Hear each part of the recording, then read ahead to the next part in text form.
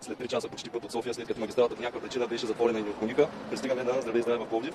В самия му край 5:15, той до 6 часа. Сега ще видим колегите дали са на работното място или се скатават. В клипчетата би трябвало да са. Ето тук площадка цяло дясно. Значи се пече. Ето ги е така. Здравейте! Я да видя сега работите ли тук? Постоянно не се спрем да работим, колкото би се празни вече. Щом няма вода, добре. Така си спичете го тук. Миличка, как ще оцениш днешния ден? Имаш ли интерес? Много плодотворен, да, имаше. Изписа много вода, но много хора се обясни, взеха брошури, пробиха и шестеха абсолютно всичките режими и много съм доволна. Добре, значи се заслужава днес, когато дойдете. Да, много рано станахме, всичко направихме и ние се заслужаваше наистина и вече сме към края на деня, така че се надявам се малко. И аз дойдох да помогна в последните 30 минути.